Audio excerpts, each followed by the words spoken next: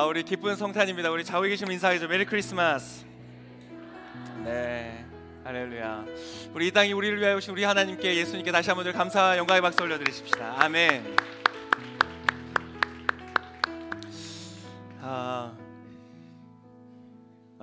이 시간에 우리 한번 좌우에 계신 분에게 한번 인사하겠습니다. 한 번 더. 하나님께서 당신을 너무나 사랑하십니다. 한번 인사하겠습니다. 한 번 더 인사하겠습니다. 사랑하시기 때문에 이 땅에 오셨습니다. 네, 우리 기독교만이 갖는 특별한 메시지이죠. 하나님께서 우리가 하나님을 찾기 이전에 하나님이 우리를 만나시기 위해서 이 땅에 오셨다는 것이죠. 네. 오늘 여러분이 하나님을 찾기 위해 이곳에 나온 것처럼 보이지만 여러분, 사실 하나님은 당신을 먼저 찾아가십니다. 내 안에 뭔가가 필요하다, 내 안에 무언가 부족하다, 나에게 무언가가 더 있어야 된다라는 그 마음속에 하나님의 속삭임이 있는 줄을 믿습니다. 이 자리에 오신 모든 분들이 그 여러분의 마음속에 있는 그 진짜 꼭 필요한 것들, 그 갈망들이 온전히 채워지실 수 있기를 예수님의 이름으로 축복합니다. 한 번 더 옆 사람에게 축복하겠습니다. 하나님이 당신을 채우실 것입니다. 네, 그런 마음으로 오늘 하나님 주시는 말씀을 함께 나누도록 하겠습니다. 오늘 말씀은 누가복음 2장 8절에서부터 20절까지의 말씀입니다. 예수님께서 이 땅에 오셔서 그 소식을, 처음 예수님께서 이 땅에 오셨다는 첫 소식을 전하는 그러한 장면입니다. 2장 8절에서부터 20절까지 말씀을 우리 함께 읽을 텐데, 우리 자리에 다 같이 일어나서 하나님의 말씀을 대하도록 하겠습니다.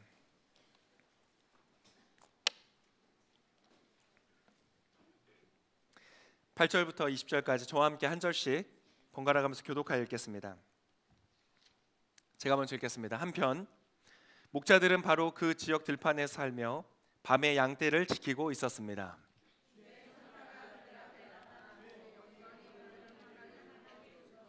그들은 너무나 두려웠습니다. 천사가 말했습니다. 두려워하지 마라. 보아라, 내가 모든 백성에게 큰 기쁨이 될 좋은 소식을 너희에게 알려준다.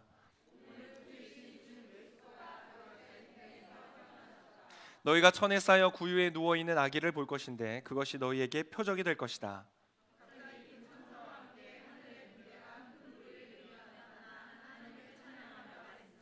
지극히 높은 곳에서는 하나님께 영광이요, 땅에서는 하나님의 은총을 입은 사람들에게 평화로다.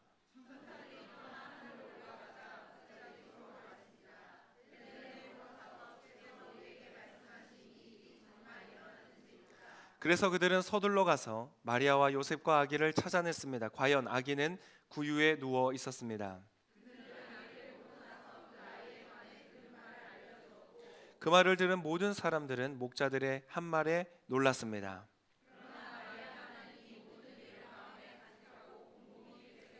마지막 절 함께 읽겠습니다. 목자들은 자기들이 보고 모든 것에 대해 하나님께 영광 돌리고 찬양하며 돌아갔습니다. 그들이 듣고 본 모든 일대로 이루어진 것입니다. 아멘. 좌우에 계신 분 인사하며 앉겠습니다. 앵글을 옮기십시오. 여러분, 하나님은 위대한 역사를 이루실 줄을 믿습니다. 하나님은 여러분의 삶 가운데 여러분이 기대하지 못했던, 기대할 수 없었던 그러한 일들을 이루실 것입니다. 그리고 이 땅에 지금 이 한반도의 역사 가운데 하나님을 바라는 사람을 통하여서, 하나님께 기도하는 사람을 통하여 역사 속에서 늘 그려왔듯이 우리의 인류의 역사 속에서 늘 복음이 들어가는 곳마다 바랄 수 없었고 기대하지 못했고 꿈꾸지 못하였던 것들이 일어났던 것을 우리가 보면서 이 대한민국에도 여전히 하나님을 바라고 찾고 믿는 사람을 통하여서 우리가 기대할 수 없는, 바랄 수 없는, 소망할 수 없는 놀라운 역사를 이루실 줄을 믿습니다. 이 땅에 여러분과 제가 있기 때문에, 하나님을 향하여 기도하는 사람들이 있기 때문에 이 땅에는 하나님께서 우리 사람의 노력으로는 꿈꿀 수 없는 놀라운 일들을 이루실 것입니다. 우리 옆에 계시면 한 번 더 말씀해 주세요. 하나님이 이루실 것입니다.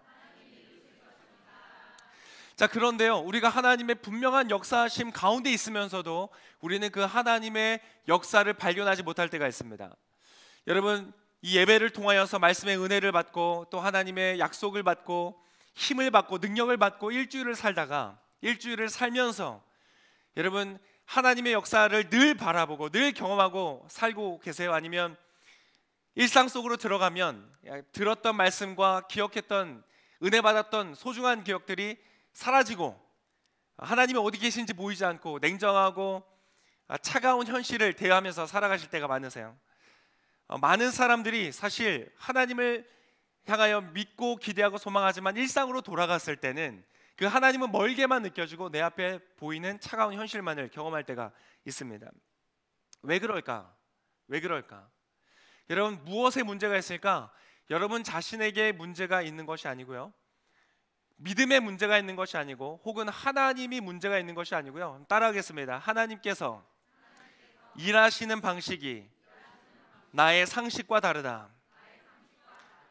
하나님은 분명히 여러분의 삶에 역사하고 계신 줄을 믿습니다. 제가 지난 목요 순장 모임에 이렇게 앉아서 준비하면서 지난 3년간 같이 목순에서 계속 지금까지 매년 제가 계속 매주마다 목순에 있었잖아요.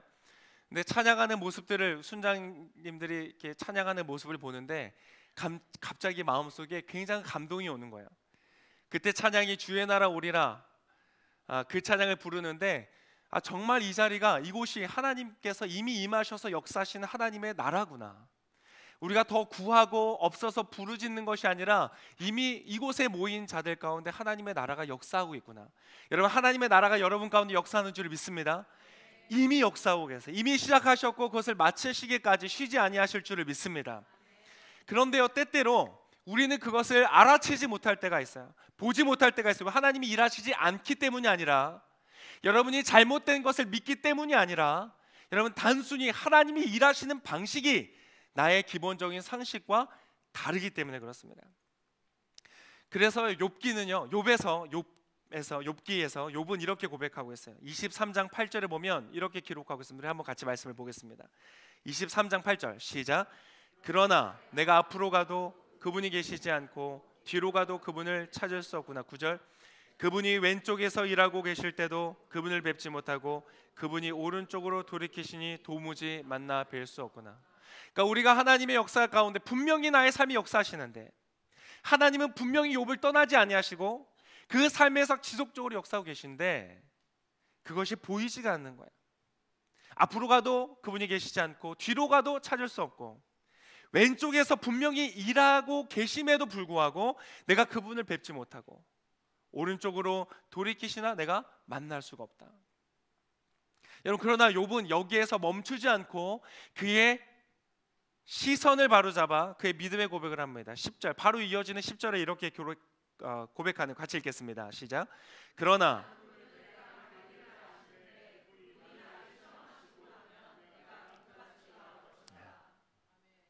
지금은 그분이 보이지 않는 것 같지만 나의 가는 길을 주님께서 아시기 때문에, 할렐루야. 옆에 있는 계신 분에게 말씀해주세요. 하나님이 그 길을 아십니다. 하나님이 아시기 때문에 그 길 끝에서 나는 정금과 같이, 정결한 금과 같이 나올 것입니다 라고 고백하고 있는 것이에요. 여러분 오늘 본문도 마찬가지입니다. 하나님의 역사는 우리가 생각하는 것과 다를 수 있습니다. 오늘 본문을 통해서 그것을 배워보기를 원하는데, 자, 예수님께서 이 땅에 오셨습니다. 할렐루야. 예수님이 오셨습니다. 아멘. 예수님이 오셨다는 사실은요, 우리한테 얼마나 큰 기쁨의 소식인지 모릅니다. 그분이 오지 않으셨다면 우리가 누릴 수 없는 엄청난 많은 것들이 있죠. 소중하고 귀하고 가치 있는 것들. 그분이 오셨기 때문에, 힘들고 어렵고 고통스러운 현장이지만 그분이 오셨기 때문에, 할렐루야. 옆에 계신 분 말씀해서 그분이 오셨습니다. 예수님이 오셨습니다. 할렐루야. 우리 오신 예수님께 한 번 더 우리 큰 박수로 그냥 찬양과 경배의 박수 올려드립시다. 아멘. 예수님이 오셨습니다. 할렐루야. 여러분 여러분의 삶에 누군가 영광스럽고 아름답고 가치 있고 유명한 사람이 여러분의 삶에 나타났다면 얼마나 반갑고 좋겠습니까? 여러분 그것과 비교할 수 없는 놀라운 영광으로 예수님께서 여러분의 삶에 오셨습니다. 그분은 이 땅에 오셨을 뿐만 아니라 그분의 사람들을 통하여서 그 소식을 그 당시까지만 해도 전혀 가려졌던 우리 조선 땅 가운데 주위의 사람들을 보내어주시고 그 복음을 여기까지 이끌어 주셨어요. 그래서 지금 이 땅에 유대인과는 전혀 상관없는 인생을 살고 있던 저와 여러분이 그 복음을 누릴 수가 있는 거예요. 여러분 예수님이 왜 오셨을까? 여러분, 예수님 이 땅에 왜 오셨을까요? 오늘 본문에 답이 나옵니다. 예수님께서 이 땅에 오신 이유가 무엇이냐? 자, 목자들에게 천군 천사들이 나타나서 소식을 전하는 거, 그분이 오셨다, 그 오시는 소식을 전하는 절이 14절의 말씀입니다. 우리 14절 함께 같이 읽겠습니다. 시작. 지극히 높은 곳에서는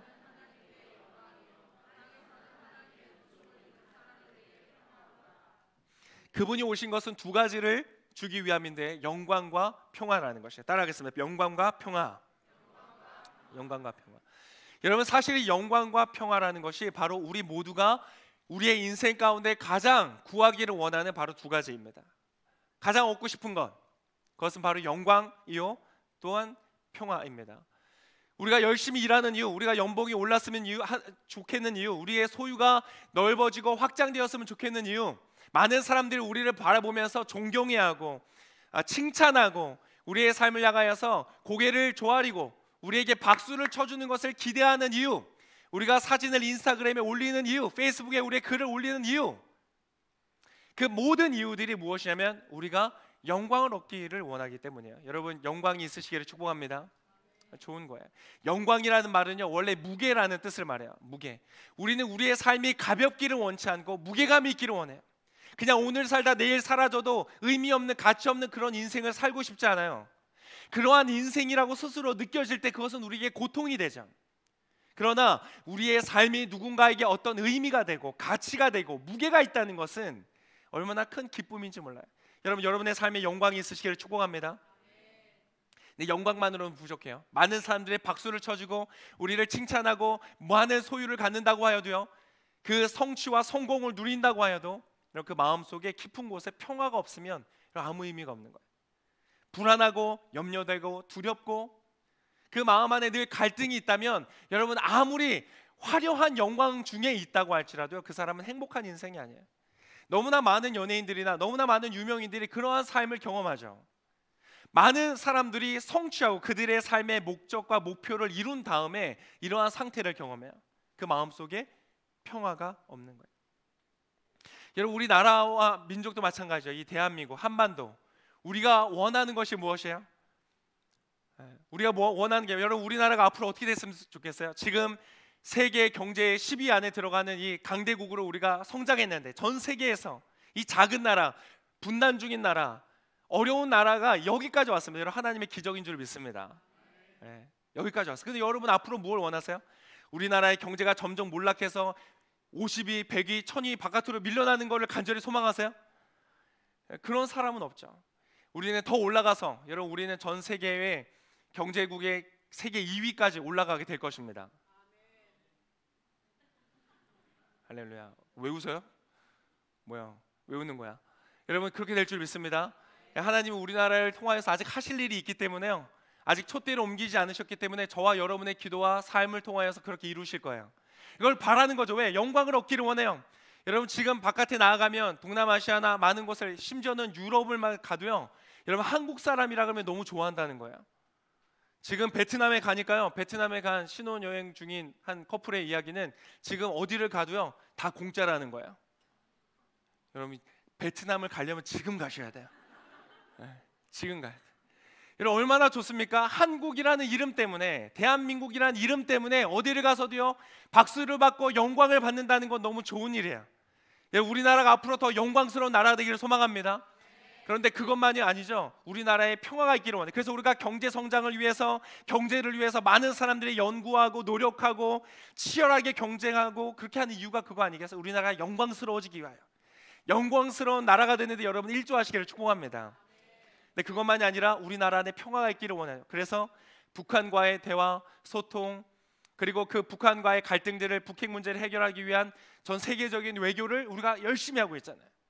그러니까 우리 대한민국 가운데서도 수많은 사람들이 원하고 추구하고 노력하는 것이 바로 이 영광과 평화라는 것이죠. 여러분, 그런데 여러분, 우리가 정확하게 봐야 돼요. 우리가 때때로 하나님 분명히 역사하시는데 왜 보지 못하는가? 그분의 일하시는 방식이 너무나 달라서 내가 기대하는 나의 눈, 나의 시선, 나의 관점, 나의 앵글로 볼 때에 그분은 보이지가 않는 거예요. 그분은 분명히 역사하시는데 우리의 앵글이 틀어져 있기 때문에 그분을 보지 못하는 거예요. 오늘 예수님께서 이 땅에 오신 이유는 우리에게 그 영광과 평화를 주시기 위해서요. 이런 그 영광과 평화를 누리시기를 축복합니다. 근데 우리가 예수님을 믿으면서도 그것을 발견하지 못하는 이유는 우리의 앵글이 틀어져 있기 때문에 그래요. 그래서 여러분, 오늘의 설교의 제목은 앵글을 옮기라는 것이에요. 여러분의 앵글을 옮기시기를 축복합니다. 여러분, 지금 여러분은 화면을 통해서 저를 보실 수 있어요. 그죠? 저는 분명히 존재하고 설교하고 있고 영상은 여러분에게 그것을 보여주고 있어요. 그런데 제가 만약 이곳을 걸어 나간다면, 아니 지금 옮기면 안 되지. 카메라 옮기면 안 돼. 그 자리를 보여줘. 그렇죠. 여러분, 제가 사라졌습니까? 존재하지 않습니까? 아니죠. 그러나 저는 분명히 이곳에 여러분과 동일하게 함께 있음에도 불구하고 여러분의 시선, 여러분의 앵글이 잘못된 곳에 고정되어 있다면 여러분 분명히 존재하고 여러분의 말하고 있는 저를 볼 수가 없게 되어지는 것이죠. 여러분, 여러분의 앵글을 옮기시기를 축복합니다. 영광과 평화, 여러분 이것이 여러분의 삶에 반드시 주어질 것입니다. 여러분, 한 가지만 기억할 것은, 여러분 이곳에 영광이라는 것은요, 사실 여러분에게 주어지시는 것이 아니에요.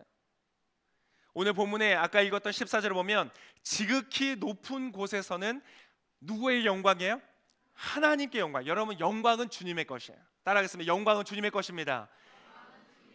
왜요? 이 모든 것을 창조하신 분이 그분이시기 때문에. 우리가 어떠한 힘이 있다면, 우리가 어떤 재능이 있다면, 우리가 그것을 성취할 수 있었던 기회와 시간과 에너지와 노력들이 있었다면 그 모든 것들을 우리에게 주신 분이 하나님이시기 때문에 이런 마땅한 영광을 주님께 돌리시기를 축복합니다. 그래서 하나님께서 혹시 여러분의 삶에 어떤 영광을 주셨다면, 어떤 성취를 주시고 어떤 박수 받는 일을 주셨다면, 여러분 그 영광을 주님께 돌려드리시는 지혜가 있으시기를 축복합니다. 하나님 그 사람을 더 높이실 것입니다.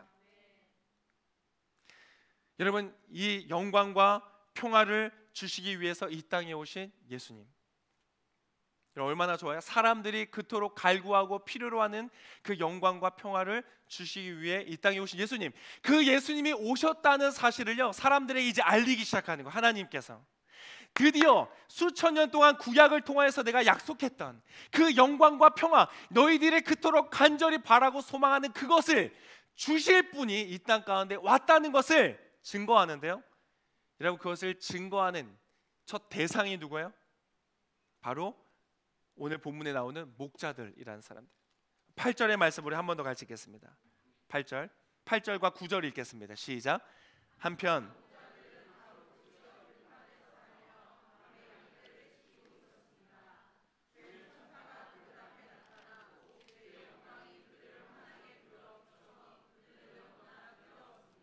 여러분, 목자들 가운데 나타났다. 여러분, 이건 굉장히 이상한 거예요. 우리의 앵글로 보았을 때는 여러분 이건 굉장히 이상한 거예요. 만약 제가 가장 소중한 저희 아들을 어딘가에 이렇게 위대한 미션과 소명을 맡긴 채 그 사람을 보낸다면, 그죠? 어떤 갈등과 어려움과 고통 속에 있는 사람들을 구원하기 위해서 내가 나의 아들을 만약 보낸다면, 여러분 그런 사람들에게 이것을 말하지 않을 거예요. 아마 저는 많은 사람들, 예를 들어서 교수님들 아니면 국회의원들, 안 좋아하세요? 보통 교수님들 별로 안 좋아하세요? CEO들 아니면 언론사에 있는 힘 있는 사람들, 그런 사람들 모아놓고 누가 말해도 사람들이 공신력이 있다고 생각하는 사람, 가르칠 만한 사람이라고 하는 사람, 믿을 만한 사람이라고 불려지는 부류의 사람들을 불러 모아놓고 이 얘기를 할 거예요. 그런데 오늘 하나님은 이 소식을 가장 먼저 누구에게 전하냐면 목자들에게 전하는. 목자들이라고 하면요, 그 시대 가운데 굉장히 사회에서 취약계층에 있는 사람들, 존경할 만한 직업이 아니에요. 타고난 재능을 가진 사람들도 아니에요. 그냥 누구나 별 볼 일 없는 사람들도 할 수 있는 일이 바로 이 목자들이라는 것이에요. 왜 그랬을까요? 여러분, 하나님은요 강하고 힘있고 지혜 있는 자들을 통하여 일하시는 분이 아니세요. 하나님은 약하고 어리석고 부족한 자를 통하여서 일하시는 분이에요. 여러분, 혹시 여러분의 삶에 약함이 있습니까? 여러분, 하나님은 그것을 통하여 일하실 것입니다. 여러분이 혹시 뭔가를 자랑하고 계세요? 나는 이것이 정말 나의 자랑이야. 나는 나의 힘을 믿어. 나는 나의 지식을 믿어. 나는 나의 스펙을 믿어. 여러분, 하나님은 그것을 통하여 일하지 않으실 거예요. 우리가 가진 연약함, 약한 부분을 통하여 일하시는 분이세요. 그래서 마태복음 11장 25절을 보면 이렇게 기록되어 있어요. 마태복음 11장 25절. 그때 예수께서 말씀하셨습니다. 같이 한번 읽을까요? 시작. 아버지 하늘과 땅의 주님, 제가 찬양합니다. 이 모든 것을 지혜롭고 학식 있는 사람들에게는 감추시고 어린 아이들에게는 나타내셨습니다. 그렇습니다. 그렇습니다. 아버지, 이것이 바로 아버지의 은혜로우신 뜻이십니다. 여러분, 우리는 착각할 때가 있어요. 하나님이 역사하실 때는요, 크고 화려하고 특별한 것으로 일하실 거라고 생각해요. 그렇지 않아요. 하나님은 굉장히 평범하고 일상적이고 보잘것없는 곳 속에서 하나님은 일하시고 역사하시는 거예요. 목자들이 밤에 양떼를 칠 때에, 여러분, 이것은 너무나 평범하고 보잘것없는 사람들이 너무나 평범하고 보잘것없는 일상을 살아가고 있는 과정이에요. 여러분, 그 일상을 살고 계십니까? 여러분, 바로 그 자리가 하나님이 역사하시는 자리가 될 것입니다. 하나님이 뭔가 대단히 화려하고 엄청난 환상 통하여서 엄청난 체험을 통해서 여러분의 인생 가운데 역사하실 거라고 기대하지 마세요. 여러분, 하나님 그렇게가 아니라 굉장히 평범하고 굉장히 볼품없고 너무 초라해 보이는 나의 일상 속에 하나님은 역사하시는 거예요. 여러분, 그렇게 생각했던 사람이 구약에 한 인물이 나오는데요, 나아만이라는 장군이에요. 이 사람은요, 아람에 있어서 군사령관이었어요. 아람이라는 나라의 군사령관이니까 여러분 최고위에 있는 사람이었어요. 얼마나 유명하고 얼마나 힘이 있고 사람들의 존경을 받는 사람이었겠어요. 근데 이 사람한테 한 가지 문제가 생겼어요. 무엇이었냐면 그 안에 한센병이 든 거예요. 그래서 그 피부가 병들고 썩어가기 시작했어요. 한센병에 걸린 군사령관. 여러분, 이것은 어떠한 지위로도 해결할 수 없는 문제예요. 이 한센병이 무엇이냐면 바로 우리의 죄와 같은 거예요. 여러분, 아무리 사람이 똑똑하고 아무리 지혜가 있고 지식이 있고 능력이 있어도요, 이 죄의 문제 때문에 사람은 무너지게 돼 있어요. 그렇게 유명하고 영향력 끼치는 삶을 살다가도요, 이 죄 때문에 그 모든 것들이 한순간에 무너져 버리는 것이에요. 죄는 이렇게 무서운 거예요. 한센병과 같은 것이에요. 여러분, 이 사람이 이 병에 걸리고 나서 어떻게 해야 될지를 몰랐어요. 그가 가진 권력으로도 해결할 수 없었어요. 그러다 찾다가 한 어린 여종이 말했어요. 유대에 가면 그곳에 하나님의 사람이 있는데 한번 만나보면 좋겠다. 어린 여종을 통하여서 그 이야기를 들어요.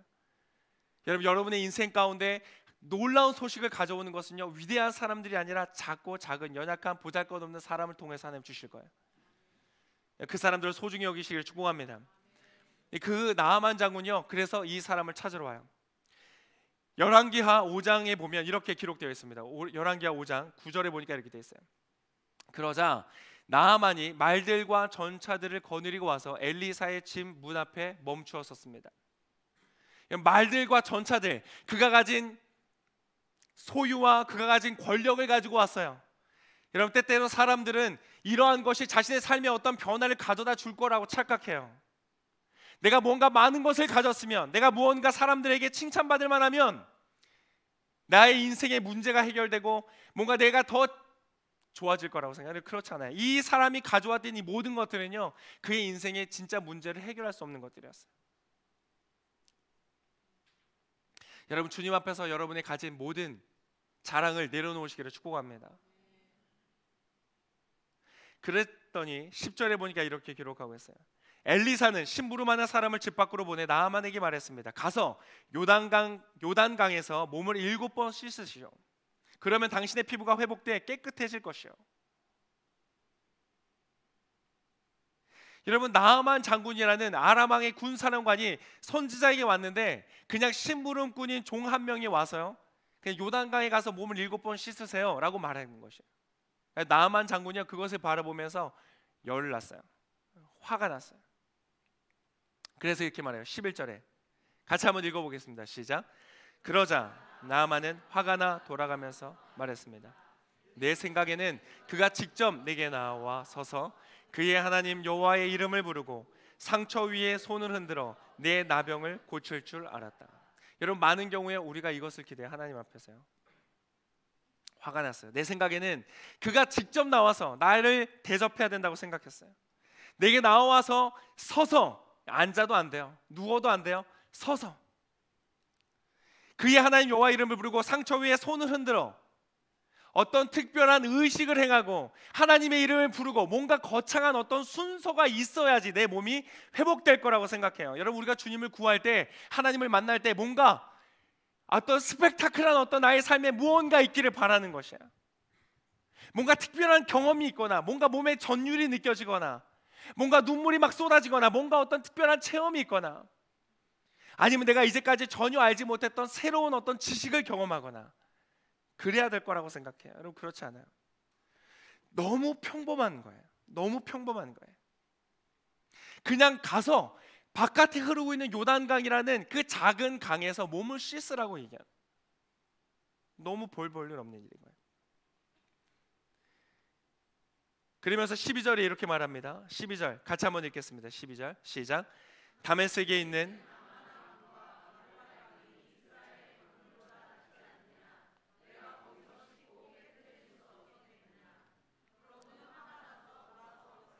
그러고는 화가 나서 돌아서 버리는 거예요.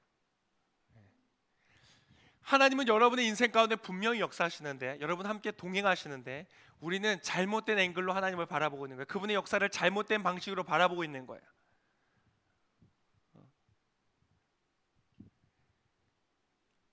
어떤 특별한 것, 여러분 그렇지 않아요. 하나님은요 굉장히 평범하고 고요한 일상 속에 당신의 삶의 위대한 역사를 이루실 거예요.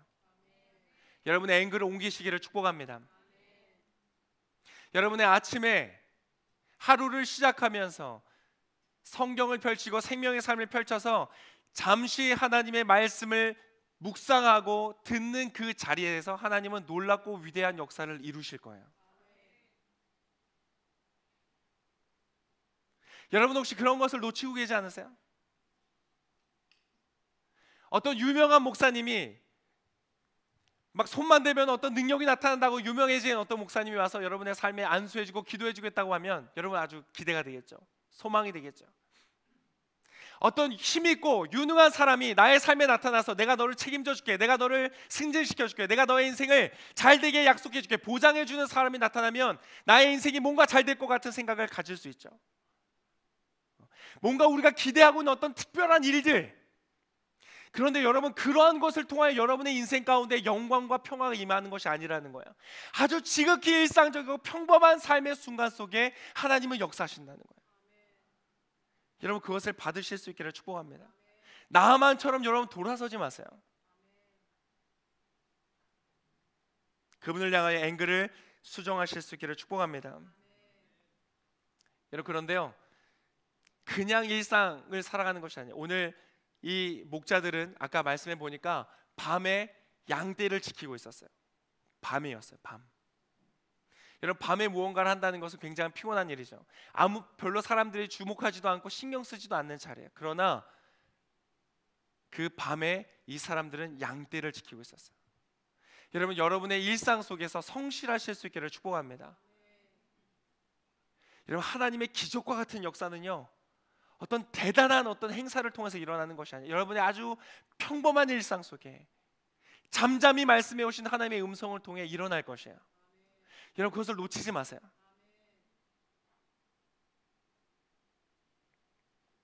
이 사람들은 밤에 양떼를 밤새도록 지키면서 충성하고 있는 자리에서 하나님의 역사를 경험했어요.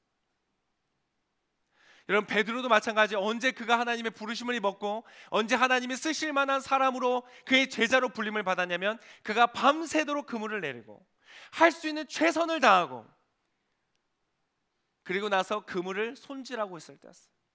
너무 피곤하니까 다 걷어치우고 그냥 들어가자 그렇게 하지도 않았어요.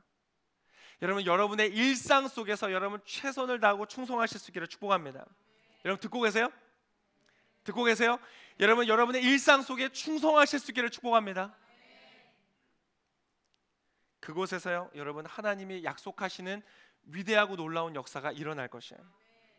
그런데 거기에다가 이 사람들은 어땠냐면요 오늘 말씀해 보면 이렇게 말하고 있어요. 16절에 보니까 이렇게 기록하고 있어요. 15절 16절 15절 먼저 읽겠습니다. 시작. 천사들이 떠나 하늘로 올라가자 목자들이 서로 말했습니다. 베들레헴으로 가서 주께서 우리에게 말씀하신 이 일이 정말 일어났는지 보자. 그래서 그들은 서둘러 가서 과연 아기는 구유에 누웠습니다. 그들은 이 하나님의 역사를 보고 나서 서둘러 찾아갔어요. 서둘러 갔어요. 여러분 즉각적으로 순종하실 수 있기를 축복합니다. 여러분 하나님이 말씀하실 때는요 즉각적으로 움직이는 거예요. 제가 예전에 한번 얘기한 적이 있는데요. 제가 이 리어카를 끌고 다니시는 분들, 폐지를 줍는 분들을 보면 내가 잠깐이라도 멈춰서 그분들한테 뭔가 선물을 주고 가야 되겠다고 결심한 적이 있었어요. 그래서 그런 분들이 막 폐지 끌고 가면 잠깐 차를 세우고 길에다 대고 편의점에 달려가서 도시락이나 음료수를 사가지고 그분한테 이렇게 드렸어요. 현금을 드릴 수는 없고 뭔가 물건으로 이렇게 드리는 것들을 해봤어요. 근데 한 번은 맥도널드에서 이렇게 햄버거를 먹고 있는데 너무 특정 상품을 얘기했나요? M에서 맥에서 먹고 있는데 바깥에 이 폐지를 들고 가는 분이 보인 거예요. 제 아들이 마침 있었어요. 아들한테 내가 돈을 줄 테니까 빨리 가서 햄버거나 이런 거 사가지고 그분한테 갖다 드려라. 근데 얘가 안 가겠다는 거야. 뭐 부끄럽다 안 가겠다는 거야. 그때 제 마음속에 하나님이 분명히 말씀하셨어요. 가서 드려라. 지금 일어나라. 근데 제가요 약간 아들이 안 간다고 하니까 약간 저도 망설여지는 거예요. 이게 뭔가 반대로 됐어요. 그래서 망설이다가 가라고 막 제가 설득했는데 끝까지 설득이 안 되는 거예요. 이 좀 몹쓸 녀석 같으니라고 말이야. 그래가지고 제가 급히 걔가 안 일어나니까 막 실랑이를 벌이다가 그러고 나서 일어났어요. 일어나서 햄버거를 사가지고 바깥으로 딱 나갔더니 안 보이는 거예요 이분이. 안 보여가지고 그분을 찾으려고 5분을 뛰어다녔어요. 여러분 즉각적으로 순종하지 않잖아요. 5분 뛰셔야 돼요. 즉각적으로 순종하지 않잖아요. 여러분 돌아가야 돼요. 여러분의 인생 가운데 하나님이 평범한 일상 중에 너무나 보잘것없는 것 같은 일, 대단하지 않은 일, 그러한 말씀으로 여러분의 음성 가운데 들려질 때에 여러분 즉각적으로 순종하시기를 축복합니다. 아니면 여러분 인생을 돌아가게 되세요. 여러분 그래서 오늘 이 말씀을 잘 들으셔야 돼요. 이스라엘 백성은요 가나안 앞에서 들어가라는 하나님의 말씀에 거절하였을 때 그들의 민족적인 가장 중요한 순간에 하나님의 말씀에 순종하지 않았기 때문에 40년을 돌았어요. 여러분 하나님의 음성 가운데 즉각적으로 순종하시기를 축복합니다. 그렇게 일상 속에 성실하게 살아가면서 하나님의 말씀에 즉각적으로 순종하였던 이 목자들을 통하여서 하나님은 역사하시는 거예요. 여러분들 제가 말씀드리는 것은요 모든 일상이 위대하다고 말하는 것은 아닙니다. 그냥 일상을 성실하게 열심히 살아가면 언젠가는 좋은 날이 올 겁니다. 이런 이야기를 하는 것이 아니에요. 여러분 평범한 삶은요 그냥 평범한 삶으로 끝나는 거예요. 사람들이 주목하지 않고 드러낼 것이고 보여줄 것이 없는 인생인데 여러분 그것이 뭐가 대단하겠어요? 그런데 여러분 오늘 이 모든 약속들이 우리의 삶의 실제가 되는 이유가 있어요. 근거가 있어요. 그 근거는 여러분 자신에게 있지 않아요. 무엇에 있냐면 바로 오늘 이 자리에 오신 예수 그리스도를 통해서 이루어진다는 거예요. 여러분 여러분의 삶에 평범을 비범으로 바꾸시고 일상을 기적으로 바꾸시는 예수 그리스도를 여러분 담으시기를 축복합니다. 여러분 옛날에 그 동화 중에 새나무 이야기라는 책이 있어요. 새나무 이야기 혹시 읽어보셨어요? 새나무 이야기라는 책이 있어요. 제 이야기를 간단하게 설명하고 소개하고 설교를 마치고 싶은데요. 이 새나무 이야기라는 곳에 세 개의 나무가 나와요. 세 그루의 나무가 이 산 위에 심겨 있어요. 근데 이 나무들은 꿈이 있었어요. 첫 번째 나무는요, 나는 가장 부자인 나무가 되고 싶어. 그래서 내 안에 아주 멋진 비싸고 좋은 보석들을 담는 그러한 보석함이 될 거야. 이런 꿈이 있었어요. 두 번째 나무는요, 나는 이 세상에서 가장 강한 나무가 되고 싶어. 그래서 위대한 왕을 태우고 전장에 나아가서 전쟁에서 승리하는 군함이 되고 싶어. 이런 꿈을 가졌어요. 세 번째 나무는 별로 꿈이 없었어요. 아니야, 나는 어디 가고 싶지 않아. 이 높은 산에 하나님과 가까이 있는 이 하늘과 가장 가까이 있는 곳에 나는 계속 있고 싶어. 이 꿈이었어요. 근데 어느 날 나무를 자르는 나무꾼이 왔고 그 세 나무를 모두 잘랐어요. 첫 번째, 두 번째 나무는요 꿈에 부풀었어요. 나는 나의 꿈을 이루는 곳으로 가고 싶어. 세 번째 나무는 상심했어요. 나는 여기 계속 있고 싶었는데 꿈을 이뤘다고 생각했어요. 이 첫 번째 나무는요 곱게 다듬어져서 무엇이 됐냐면 이 짐승들, 가축들이 꼴을 먹는 이 구유가 되었어요.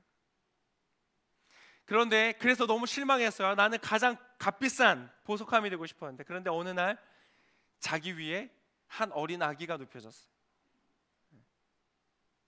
그런데 갑자기 사람들이 와서 그 아기에게 여러 가지 선물을 드리면서 머리를 쪼아리며 하나님을 찬양하는 거예요. 그래서 그 나무가 깨달았어요. 내가 이 땅에서 가장 소중하고 가치 있는 그 선물을 나의 품 안에 품었구나. 내가 가장 값비싼 나무가 되었구나. 두 번째 나무는요, 하나의 작은 고기잡이 배가 되었어요. 그래서 어부들과 함께 바다로 나가서 물고기를 잡는, 비린내가 나는 그러한 자리 가운데 있어서, 그래서 속상했어요. 나는 전장에 나가서 승리하는 위대한 왕이 타는 군함이 되고 싶었는데 이렇게 초라한 생선을 잡는 그러한 어부들의 배가 되었구나. 근데 어느 날이요, 그 배에 어떠한 사람이 올라탔어요. 그리고 바닷가에서 잠시 띄운 채에 그곳에서 사람들에게 말을 하기 시작하는 거예요. 수많은 사람들이 그 앞에서 그 이야기를 들으면서 감동을 받고 놀라운 비밀을 깨닫게 되는 거예요. 그리고 어느 날인가 이분이 그 배를 타고 가는데 폭풍이 몰아치는 거예요. 그런데 그 배에 탔던 분이 폭풍을 향하여서 잠잠하라 명하였더니 그 모든 폭풍이 잠잠케 되어진 걸 경험한 거예요. 그때 이 나무는 깨달았어요. 내가 이 땅에 가장 위대한, 폭풍까지도 잠재우는 능력 있는 왕을 태운 그러한 배가 되었구나. 자신의 꿈이 이루어졌다는 것을 알았어요. 마지막 배는요, 마지막 나무는 막 이리저리 그냥 잘려서 버려지듯이 아주 보잘것없는 모습으로 잘렸어요.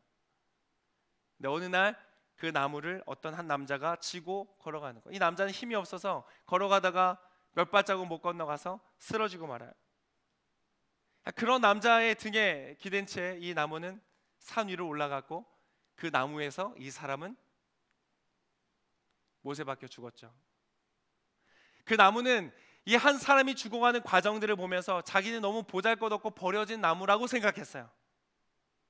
그런데 얼마 지 않아서 이 나무는 깨닫게 돼서 자기 위에서 죽은 분이 그 죽음으로 끝나지 않고 부활하였고 수많은 사람들의 영혼을 구원하는 하나님의 영광을 품은 존재라는 것을 깨달았어요. 하나님과 가장 가까이 있고 싶었다는 그의 꿈이 이루어졌다는 것을 깨달았죠. 바로 이것이 새 나무 이야기. 여러분, 이 나무들의 이야기 속에서 그들은 무엇을 보았는가? 처음에 그들이 소망하고 바라봤던 앵글이 있었어요. 그러나 시간이 지나고 그들의 앵글은 옮겨졌어요. 그들의 삶에 그들의 꿈이 어떻게 이루어지는지를 발견할 수가 있었던 것이죠. 여러분, 여러분의 삶에 어떠한 꿈을 가지고 있는지, 여러분이 어떠한 앵글로 여러분의 삶을 바라보고 있는지 모르겠습니다. 그런데 여러분, 오늘이 성탄의 날이에요. 우리를 위해서 이 땅에 오신 예수님께서 여러분에게 말씀하기를 원하십니다. 여러분, 그 예수 그리스도를 여러분의 인생 가운데 여러분 담으시기를 축복합니다.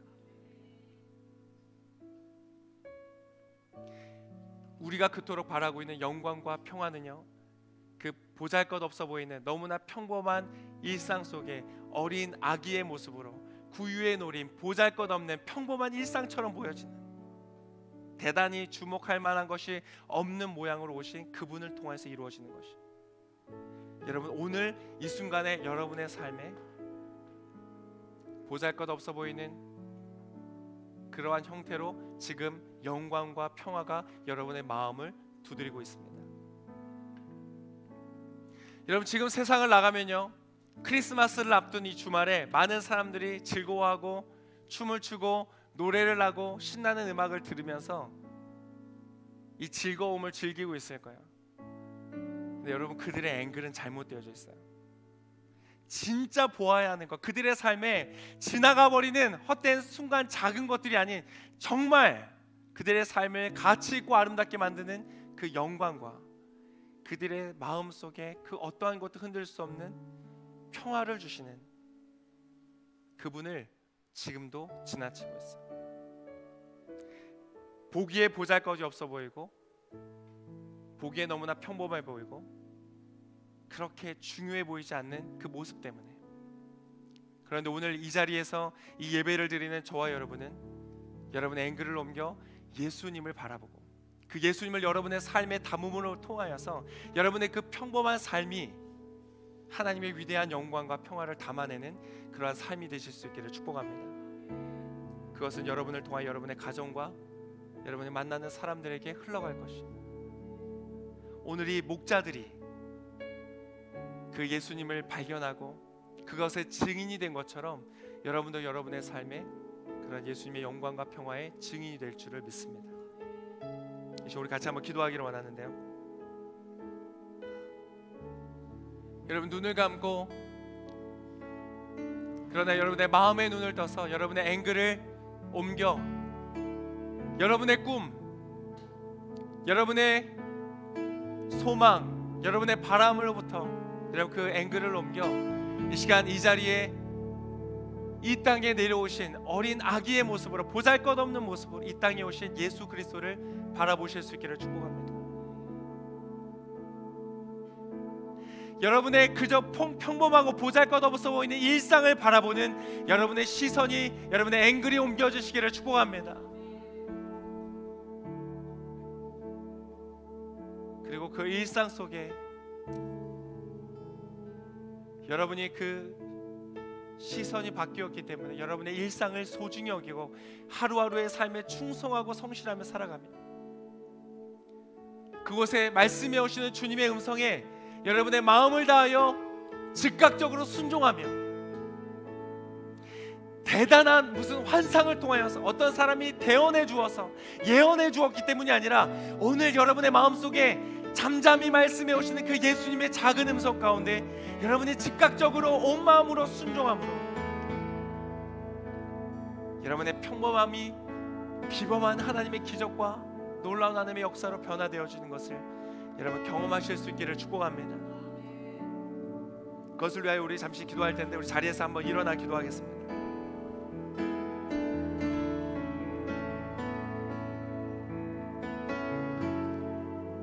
오늘 하나님께서 이 자리에 그 한 사람을 찾기를 원하십니다. 목자와 같은 사람, 보잘것없지만 대단한 거 없지만 그러나 나의 맡겨진 삶 가운데 성실하게 살아가며 그 가운데 주님께서 말씀하시는 것에 서둘러 즉각적으로 마음을 다하여 확인하는 그 사람, 순종하는 그 사람. 오늘 본문이 그들이 보았던 것이 그대로 이루어졌음을 보았던 것처럼 여러분의 삶에 하나님 약속하시는 놀라운 축복들이 이루어지는 것을 보게 될 줄을 믿습니다. 그렇게 결단하신 분들은 두 손을 드십시오. 하나님, 오늘 목자와 같이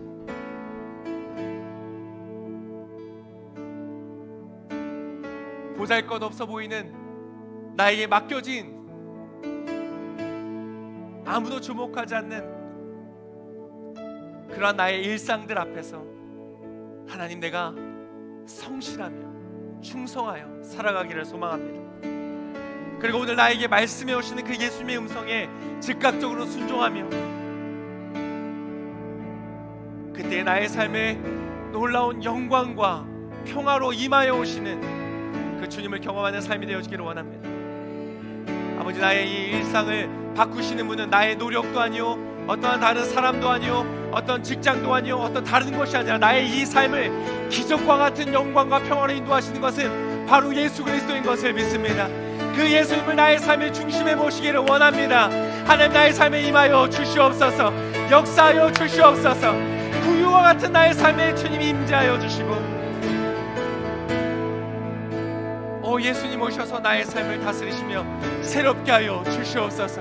우리 두 손을 들고 그 하나님, 예수님 나의 삶에 결단합니다.